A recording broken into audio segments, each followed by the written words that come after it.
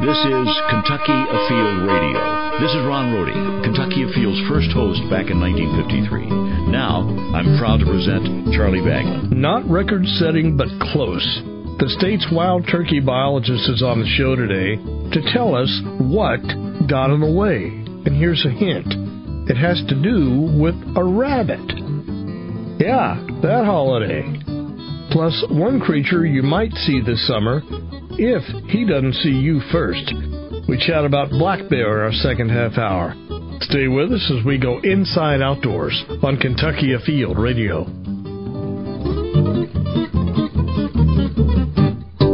I sail home on peaceful water. Kentucky has some troubled waters. Sailing in a sewer all the way. Boaters dumping waste overboard when no one's looking ruins the day for everyone, fish included. So use an approved dump station. Sailing in a sewer all the day. Dilution is not the solution. Use your holding tank wisely, or hold it in. A message from your Kentucky wildlife and boating officers. Did you grab the mayonnaise? We've got to meet Bob and Cindy at the little store to buy some lunch stuff. Where's John? He said he left something in his room. He's coming. Did you grab the mayonnaise? What do you think? Ham, chips? I put that mustard we like in the cooler. Did you grab the mayonnaise? Oh, here he comes. Good. He grabbed his life jacket. I should have remembered that. Did you grab the mayonnaise? Cupcakes. I want those yellow cupcakes. Tell your phone. Boaters are busy, on and off the water. That's why Kentucky conservation officers remind you, your life jacket's got your back. You're listening to Kentucky Afield Radio, and my name is Charlie Baglin, and there are 2 hunting seasons in Kentucky that are more important to thousands of people than practically anything else. For many, they top Christmas, they top 4th of July, birthdays, Super Bowl. They are deer season and turkey season. The man in charge of the Wild Turkey Program for the Kentucky Department of Fish and Wildlife is in the studio with me this hour for a retrospective of the season. Mr. Steve Dobie, welcome. My pleasure. Got to ask about the junior Dobie. How old is young James now? He is 4 months old. So he's been alive long enough to complete his first turkey season. How did he do? He didn't fare too well. Of course, neither did his dad, to be honest with you. Really? Yeah, he's a demanding little fellow. We took quite a bit of time away from the woods this year, but that's okay. That's all right. So you do have a turkey season under your belt. When did the season end? Yeah, it wrapped up May 10th of this year. We ended up having a pretty darn good season. I was looking at numbers. Is 30,000 sounds that in a ballpark? It was almost 31,000 we took this spring. Yep. Last year, almost 30,000, and before that, though, it was like 32,000, closer to 33. Mm-hmm. Why the drop-off, you think? One big thing. You know, people want to look, what happened last year, what happened this year? But sometimes with turkeys, you got to expand the scale that you're looking at things.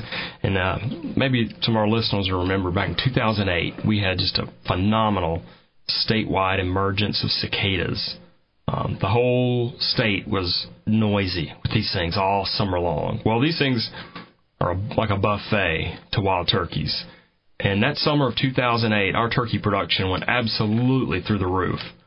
2 years later, 2010, boom, those birds are 2 years old. What happens? We have the highest harvest we've ever had in Kentucky, ever 36,000 birds taken.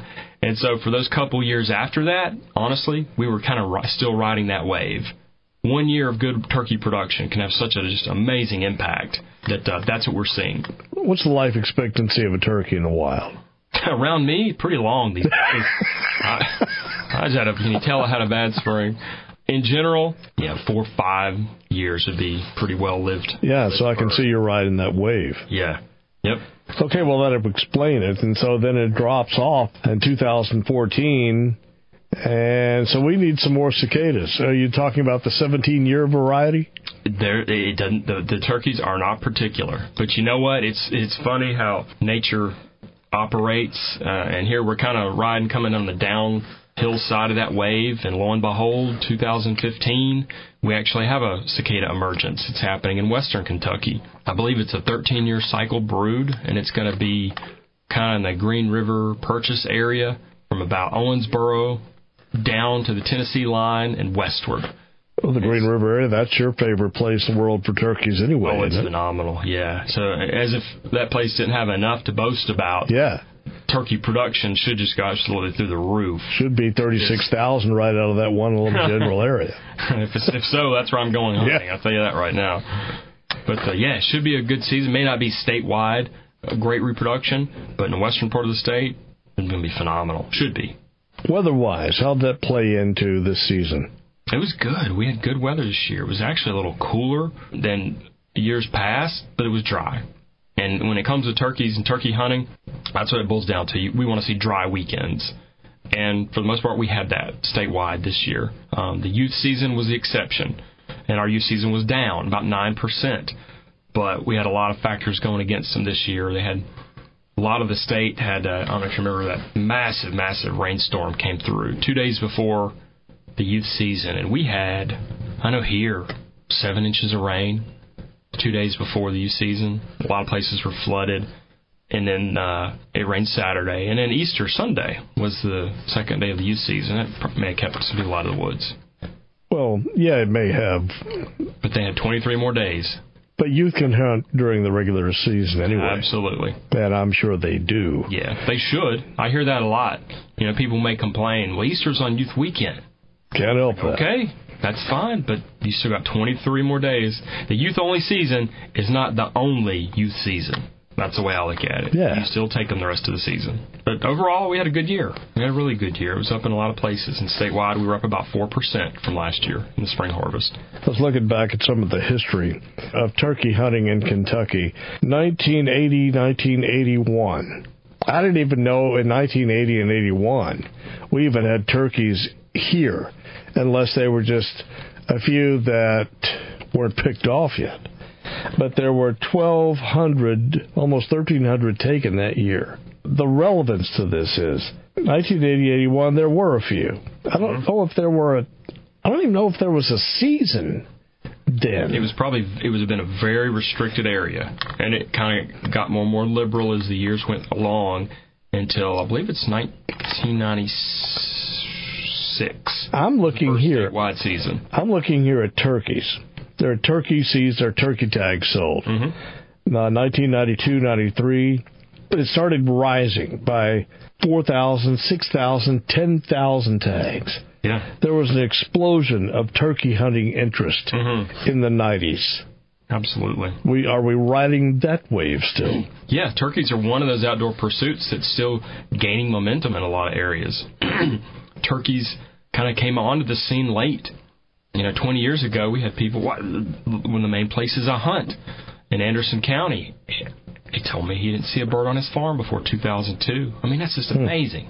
Thinking now of the birds that we see in Anderson County.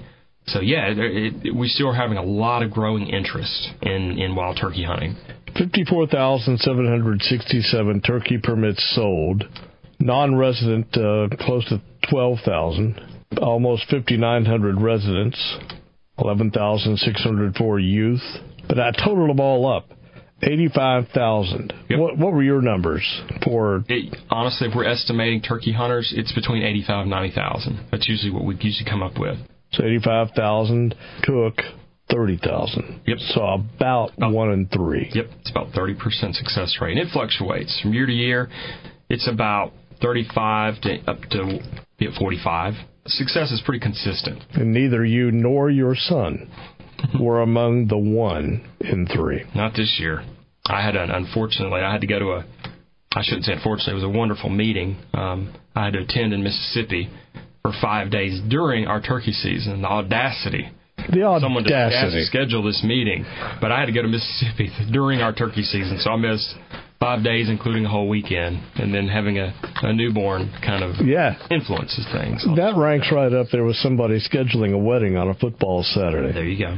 I have no idea what they were thinking when they did that. And a friend of mine did that. And I'll still remind him. The marriage, I don't know if this was good or bad or just indicative of what happens when you schedule something big on a football Saturday, didn't last. And I'm wondering maybe if they had done it sometime maybe in the spring and summer where sports weren't the thrust. Yeah. Maybe it would have had a better shot. Don't know. I'm just throwing it out there. It's a rocky road. But they had the cruelty to schedule this meeting. They couldn't have waited till the season was over. Oh, no. So you had to forego your 2 turkeys. I did. Hard to believe. The absolute gall of some people. Ranks right up there with scheduling a wedding on game day. The sacrifice that one man has made to give other hunters extra opportunity. That man is in the studio with me this hour. His name is Stephen Doby. You're listening to Kentucky Afield Radio.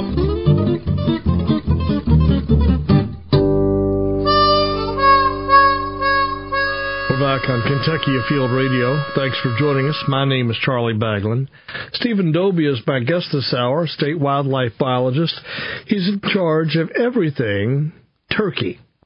Mr. Doby, no matter what the season is, we always look at the season for what makes it different, what stands out, what sets it apart. And I noticed the onslaught of crossbow hunting that took place in Butler County. Did you realize that 4 turkeys were taken by crossbow in Butler County? That's a ton. Overall, it doesn't account for the statewide harvest very much, but it's steadily increasing. It's a madhouse in Butler County. We're on in Butler County. I know good people that hunt turkey in Butler County. Crossbow hunting, most people are going to use a shotgun. Absolutely. But here in Butler County, we have 4 adventurous souls. And good for them. And apparently, they were successful. I can't remember the name of the article this was printed in, but it might have been Field and Stream. It said, and this is a quote from you, Mr. Doby, though we expect the 2015 spring season to be very similar to last year in most areas, almost every southeastern state has experienced a decline in poult survival recently. What was the biggest cause of that decline? That's actually an interesting tale. In Kentucky, for 31 years, we've conducted an annual brood survey for turkeys. It's during the months of July and August, and it's a means for us to estimate the poult production that year. And every state in the southeast, for the most part, does this. We often meet collectively as a group in the southeastern states. There's 15 of us. In the last 10 years, we all started seeing a trend, and these brood surveys were in decline in a lot of areas. So there became some interest in, okay, is this really happening? Is it a product of the survey itself? Is it going to create an impact on our bird populations, etc.? And so we've been monitoring it and watching it, and we actually implemented a kind of a regional analysis looking at these data. And I'll be honest with you, one of the biggest things that came out was the fact that it was a product of the survey, we think. That, number one, turkeys, 15, 20 years ago, everyone was thrilled to see turkeys. And doing these surveys, people wanted to document everything they see. Well, we have turkeys in every county now. The novelty is worn off. Birds are everywhere. The habitat's changed. They may be harder to see. So we suspect that a lot of the product declining reproduction that we're seeing is unequal survey effort, lack of participation, response rates. So the direction of the project kind of evolved to now evaluate the survey itself. And now a lot of the states are starting to implement kind of some new survey techniques and to increase participation. And that's what we're going to do here in Kentucky as well. Well, if turkeys are old hat now, what do you do to maintain or to bolster interest in turkey hunting? The biggest drive should be that it's one of the eastern U.S.'s greatest wildlife success stories. I mean, here we had probably 1,500 birds 30, 40 years ago in this state, and that's it. And they were all down around LBL land between the lakes. Yeah. And Kentucky's no different from any other state. Most of us were in the same boat. And through the cooperative efforts with state wildlife agencies, with the National Wild Turkey Federation, trapping these birds from other states, moving them here, and then trapping birds within state and moving them to other parts. I mean, it was just a massive trap and transfer effort. But the product has been amazing. I remember early 90s there was some talk, tell me if I have the story right, Missouri played into this somehow. Yep.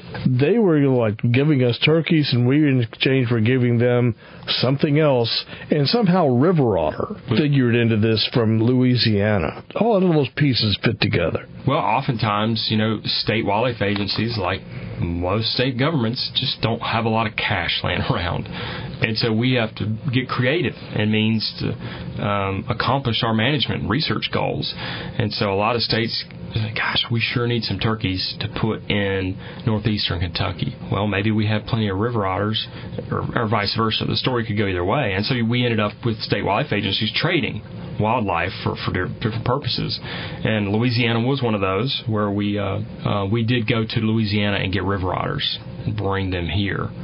But trading wildlife was a common practice because funds weren't available to pay for these animals. So we would trade, it's not uncommon for states to trade deer, trade otters, grouse for turkeys, things like that. Elk.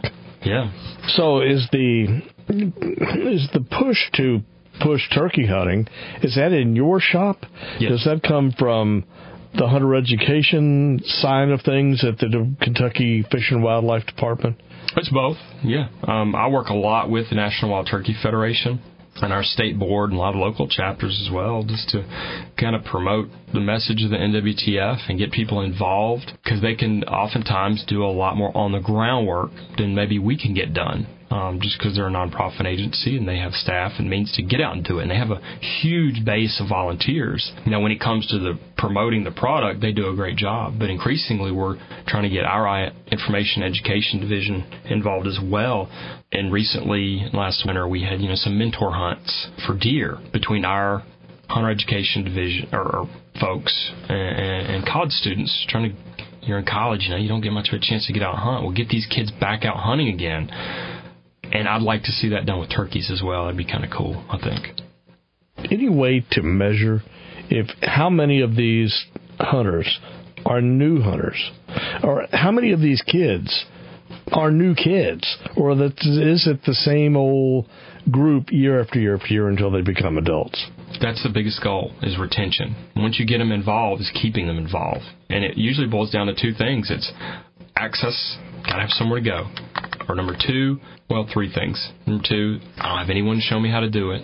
Or three, just the older you get, the busier you get. You get other commitments. And things take your time. You don't get to go as much. So when you're after kids, let's go back to the youth weekend. Mm-hmm. What age are you after? What is youth? 12? 8? At what point are you going to start taking James? I'm trying to think what it is our regs say. Because the distinction is, do they have to buy a hunting license? If we're looking at it for the purposes of monitoring, they have to buy a hunting license for us to monitor them from year to year. So that occurs, 16? I'd have to look at our regs. So at what age are you going to start taking your son? Just to expose him. And if you have a daughter down the road, what's a good age? It depends on the child's interests and what they like.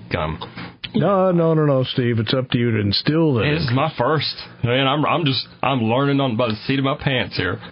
I would have sworn you would have come in here and shown me pictures on your iPhone of this is me and my 4-month-old baby in the turkey woods. It didn't happen. You didn't do it. No.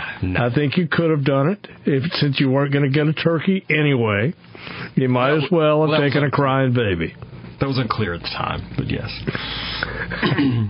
Yeah, I'd say definitely we're talking in the range of per years, 4, 5, 6. I think kids can get an appreciation of, and honestly, you can call it hunting, but at that age, kids can't sit still. No. But just getting them out there and experiencing it and letting them get just a taste, and maybe it'll instill something enough in them that the next year let's go do that again. And each year they'll build on that.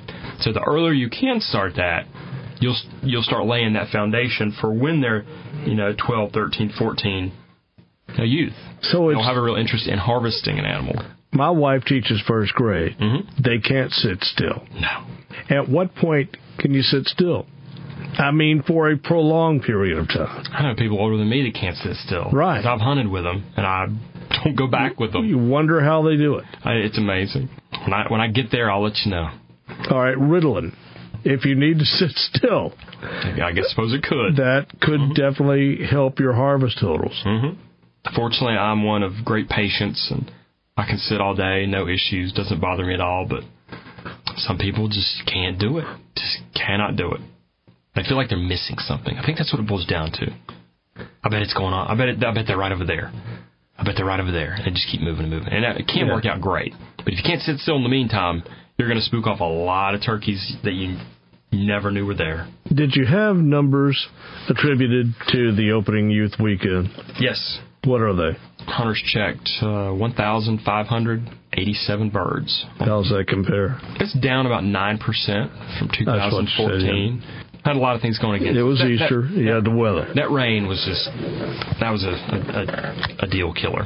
7 inches the day before the season opener. That hurt a lot of spots. Had it been relatively dry, had it been not Easter, what do you think that number would have been? At least you would have made up at least the 9%. Absolutely. I'd say 1,800, 2,000, 2,100 maybe. Nice. Well, there's always next year for that. Yeah, that's right. Our harvest success is more a product simply if it rains and people want to get out and go. Even still, we kill 30-some thousand birds a year on average now. It's over 70% of our hunters only check one bird. We could probably kill a lot more birds, but you only got 25% of the people taking 2. Yeah. You got a life to live. You've got jobs, kids, other responsibilities. Unfortunately. You have to work Monday through Friday. I do. Life just is not fair. In a minute, we'll have a fishing report, and in our second half hour, Steve will stay around, and we'll talk instead of turkeys. We'll talk about black bear. This is Kentucky Afield Radio.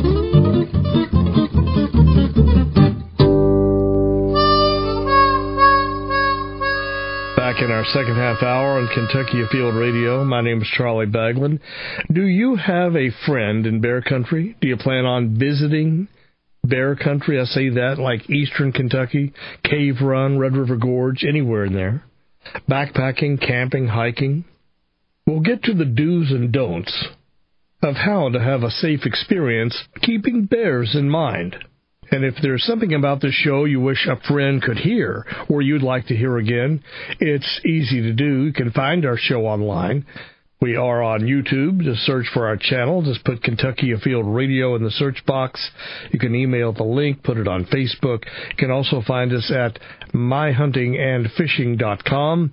And for podcast, we're right there on iTunes. It is time now for our fishing report.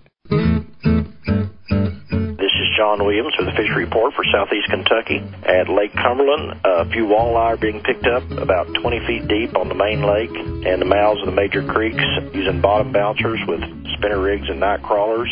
Also in the district, this is a good time for a float trip on a river. Most of our rivers are in good shape, including the Upper Cumberland River, South Fork, Kentucky, Rock Castle. A good time for a canoe or kayak trip. You can catch smallmouth bass, rock bass, redbreast sunfish, bluegill, and a variety of other sunfish. Surface plugs are good. Also small spinners or small crankbaits work for those.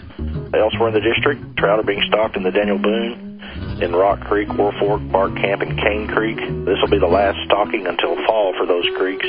And usually the trout can be caught on small spinners, worms, or corn. As always, good luck. Be safe. In western Kentucky, fishing is hot. I'm thinking I'm going to go bass fishing out on the ledges. I'm going to fish a big 10-inch worm. But don't forget about the shallows, because in the early mornings and late evenings, there are going to be some bass moving up shallow, still around those docks, around some shallow water brush. And that's why I like that spinner bait and just a Texas rig worm. People are still catching crappie right now. There's a few being caught up shallow off the jigs and minnows, but there's more being caught out off the ledges, slow trolling. A lot of people spider rigging with minnows and jigs.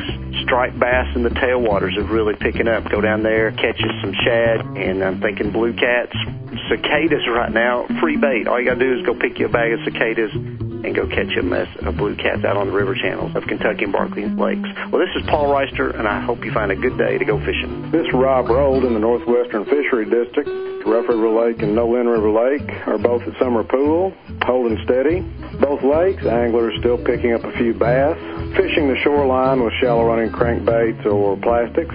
Bigger fish are coming off the deeper channel drops somewhere in the range of 12 to 15 feet. Bluegill are getting hot across the district. Both both at Rough River and Nolin River Lake. Look at the backs of coves, especially where you got overhanging vegetation. Also doing well on bluegill at Peabody. Some of our other smaller impoundments like Carpenter's Lake in Davis County, as well as Lake Malone, has been producing some pretty nice bluegill here lately.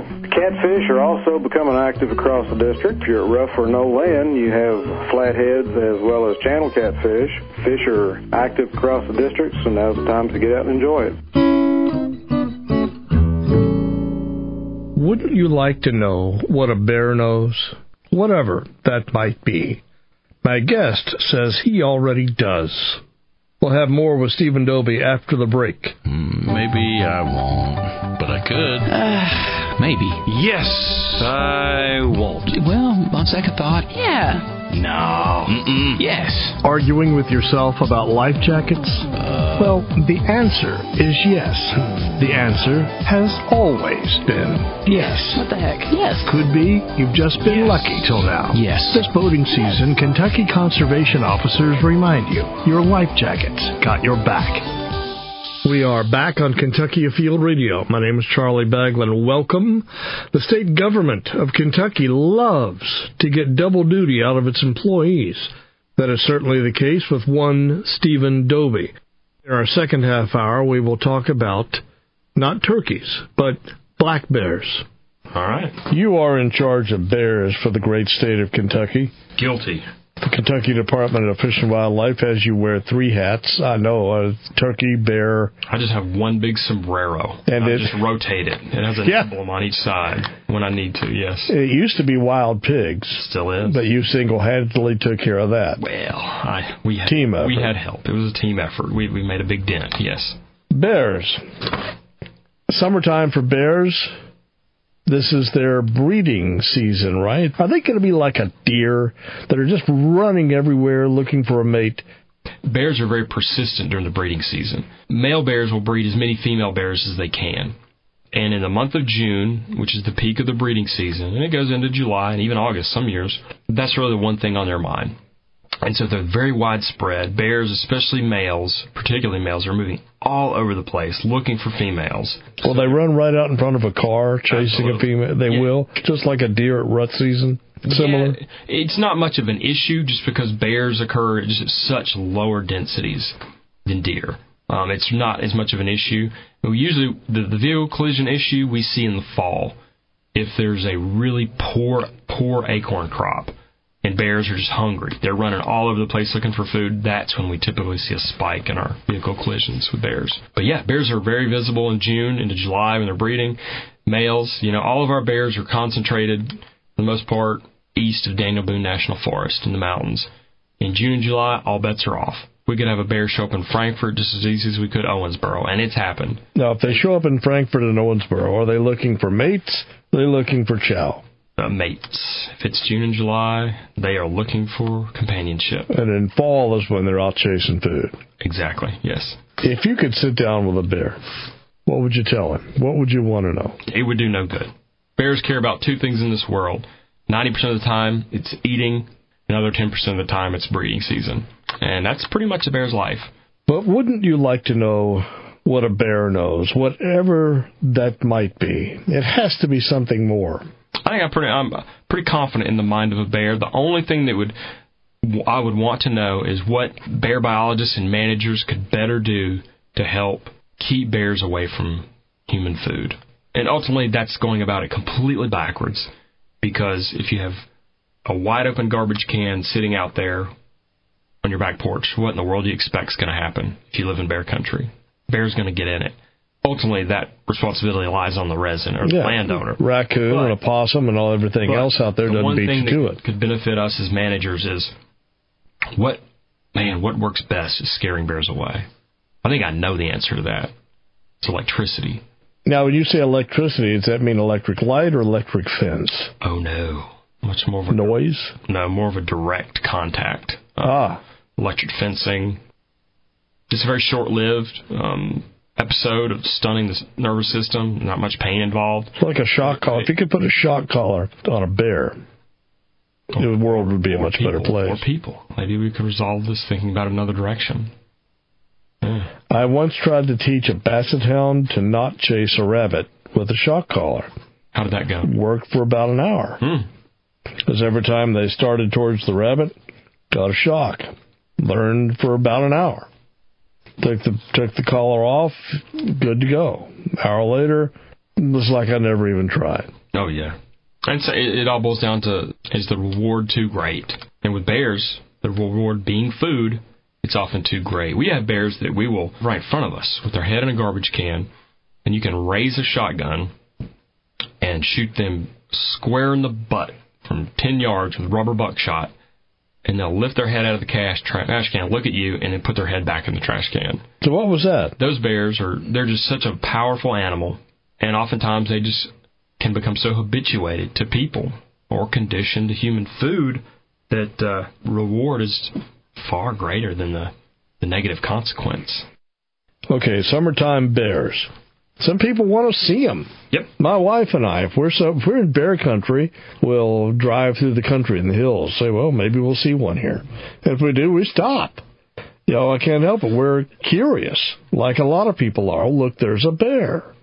Mm-hmm. Now, is that the right thing to do or not? That's perfectly fine. I saw something on, maybe it's YouTube, where you had a group of people in Yellowstone. Mm-hmm. And I've been there and done the same thing they did, where you stop and say, oh, look, there's a bear. You see people with their cars pulled over the side of the road. You see this in the Smokies. There's a bear up there. There's something up there. Mm-hmm. So you get out with your binoculars, cameras, and you start snapping away.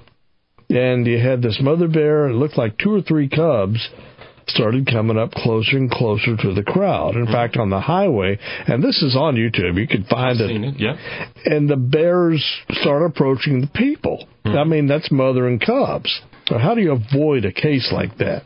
Well, initially, you do not want to approach bears. That's the first thing, because you don't know what's going through their mind. You could have a female with young nearby and not know it, and she's going to be incredibly defensive around her immediate territory.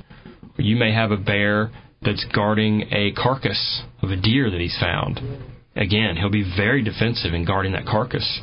You could end up in an ambulance quickly because bears are wild, powerful, unpredictable animals. So number 1, don't approach them. 2, you never want to run from a black bear. This is seen time and time again. Often it just triggers a predatory response and they'll chase. Bear behavior, a lot of people just want to flat out call a bear. If it comes at you, have a tendency to call it just aggressive. And that's a broad stroke when it comes to bears. It's a lot more intricate than that in assessing their behavior and what they're doing and why they're thinking. If you get too close, you're rolling dice. Bears are not programmed to be around people. They want to be in the wild, far away. If the bears are approaching us, cubs, mother, obviously that rule of logic doesn't apply to them. They want to be around us. I guess they want us to feed them. They want us to pet them. They want us to take pictures. You have little cubs out there. And I say this, what would an 8-year-old girl think? Otherwise, you get this little bear out there, looks like a puppy dog.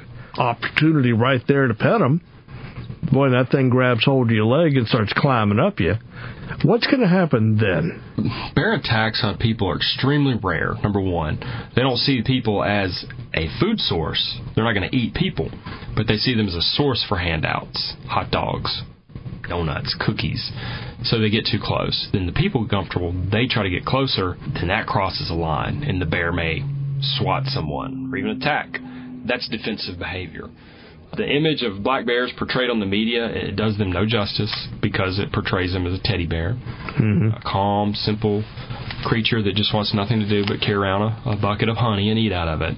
When in fact, these are very efficient predators, and I've seen the product of what they can do to people. It's something that no one should have to go through. It's terrible. So despite the fact they are sending the signal that it's okay to be around it, look, we're rushing because we want to see you. Little cubs are doing the same thing. They're rushing to see you. It's deliberate. They are approaching you. You might think it's okay, but how do you get away from them if you can't run and trigger that chase? You should never have a female with cubs approaching you. If you do, it's because she's incredibly conditioned to food, meaning knuckleheads have been feeding her, and that's why she's approaching, or she's approaching you to charge you. and say, you're way too close to my young, and I'm going to scare you. But they're going to charge. And so they're approaching you for the purpose of driving you back. That's what they're doing. And if they drive you back, do you do this slowly? Yes, you don't want to run. But they're going to catch up with you, and who knows what's going to happen then. As long as you don't run. Will they are they apt to bite your hand if you are retreating slowly? Generally, no. I've seen footage of bears following people, and oftentimes, something happens and they lose interest. Bears following people is something that we've seen it become, as bear biologists, increasingly concerned about. And that's just because we have more people going into the woods, we have more people with their smartphones in their pockets, so we have more evidence of what people are seeing in the woods. And unfortunately, with a lot of these attacks that we're seeing, it's actually very predacious behavior, and that these bears are not making any noise, they're not swatting the ground, they're not trying to intimidate, they're just stalking.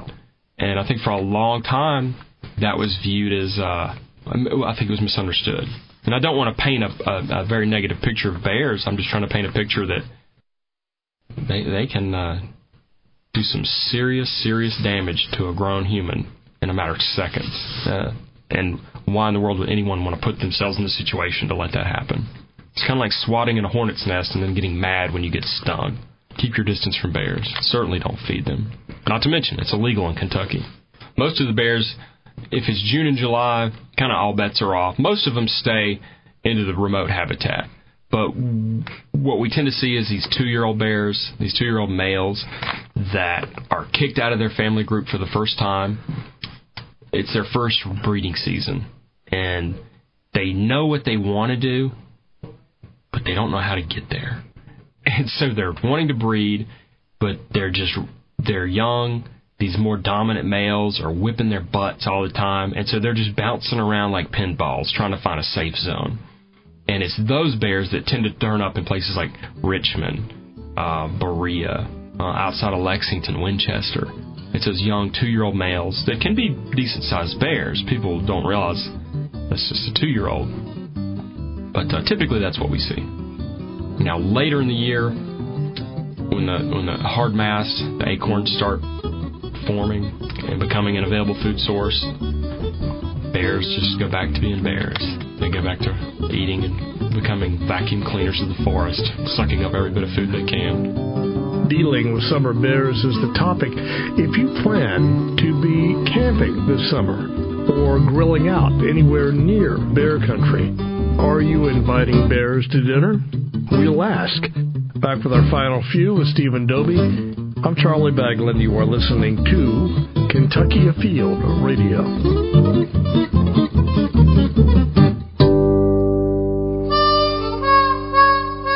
We are back on Kentucky Afield Radio, back with our final few with one of the best wildlife biologists in the business, in my opinion, Stephen Dobie, and we're speaking about run-ins with black bears.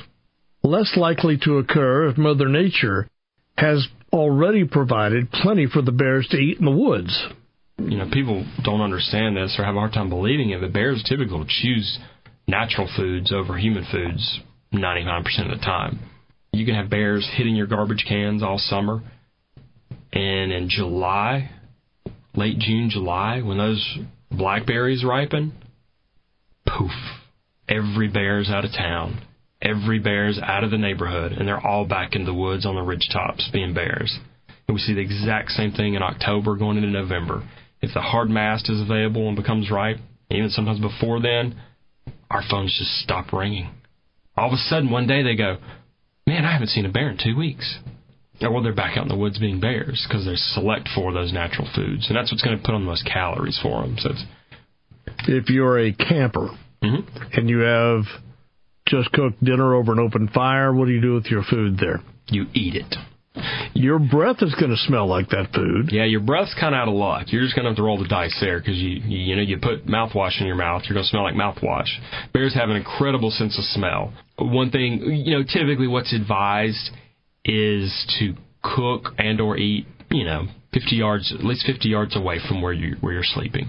The main point is to not have those scents immediately there where you're sleeping. That's the safest thing. And generally, bears aren't an issue with campers. Has it happened before? Sure. But, when you look at the big picture and how many campers and how many bears we have out there, it's not a very big concern. But you can hedge your bets by cooking away from your campsite. Don't take any food in your tent. That's something. Even if the scent of food is in your tent and you're in the tent, are you mistaken for the food? No, but bears are extremely curious animals, and they're opportunistic feeders. So if they find food, chances are they're going to try to get it because they don't know when their next meal is coming, especially in summer. What if they smell food? Are they going to turn every stone over until they find it, or will they say, well, it just must be the scent, I'm going to go elsewhere? They can. I mean, are they that smart? Will they figure that out? Oh, there's no food, there's just the smell. Oh, yeah, we've seen bears break into cars to get food before. But if you had the scent of a fried bologna sandwich, and there was no fried bologna sandwich, it's just the smell, at what point would the bear quit and say, well, it just must be a scent? Usually the minute you start yelling or fighting back. If you're not there, you come back and find your whole campsite has been ransacked. Mm-hmm. Is that because there's food there, or they thought there was because the scent was there? Again, bears sometimes just destroy stuff because they're curious. They'll find a deer stand and chew the steps out of it. Now, if you introduce some kind of scent and there's no human presence around, they're probably going to tear it up pretty darn good, just looking for possibility of food there. But again, usually yelling, screaming, throwing stuff is enough to scare these bears off. See, what I was hoping was that I would be in my tent, and even though I had eaten and maybe still have spaghetti sauce on my breath, I'm asleep, bear comes along, sees me and says, well, that's Baglin, he's not food. No. But even though I smell tomato sauce, I'm not finding any tomato sauce, put two and two together, I'm going to go elsewhere and look. Is that going to be the case, you think?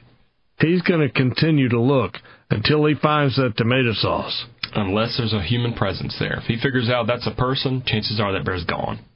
Really? Mm-hmm. Okay, well, that helps. Absolutely. Well, if that's the case, then why do you even have to hide your food? Because it's a good way to get the side of your tent torn open. He's not going to know it's a person in there if you're sleeping until you wake up. We've had, not in Kentucky, but in places like the Smokies, you do have bears investigating tents or campers and will cause property damage just in the process of investigating because they're so powerful. Nobody needs or wants that. Not to mention it would scare you to death. So to wrap it up about bears, what do? You yell and scream? You don't run? What are some of the main tips you give to be bear aware? Sleeper hold, Charlie. Nobody gets out of the sleeper hold. So if you could put a bear in a sleeper hold, you've got it made. There's no problem. The best thing to do is if you're, recreating in bear country, if you're out hiking or hunting or fishing, just make noise. If you talk, put a bell on your backpack, just something that really you're just alerting the bear to your presence. And oftentimes they're going to be long gone before you ever even knew they were there, if you do it all.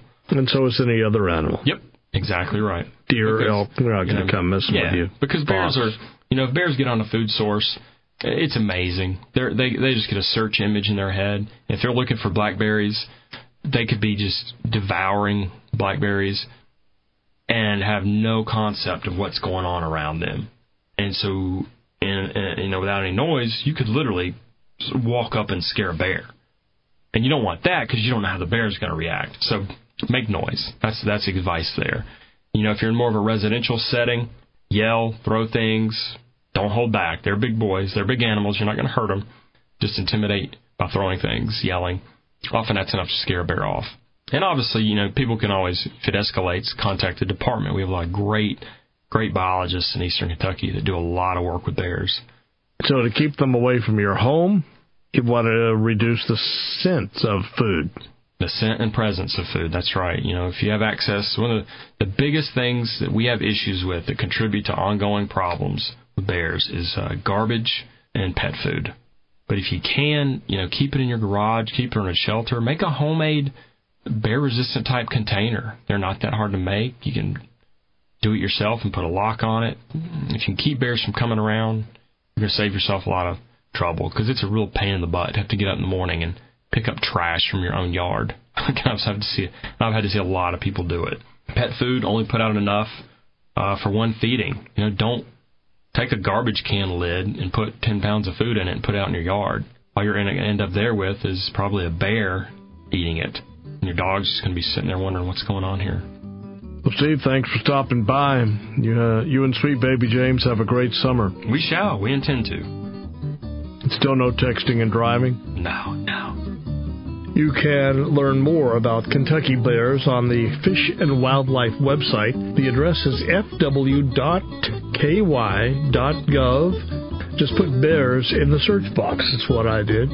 Maps of where they live, their home range, how dispersed they are across eastern Kentucky, what to eat, recognizing bear prints. Plus more that talk about garbage and pet food is very well spelled out here on the website. We are out of time. This is Charlie Baglin inviting you to join us in a week, and we'll go inside outdoors again right here on Kentucky Afield Radio.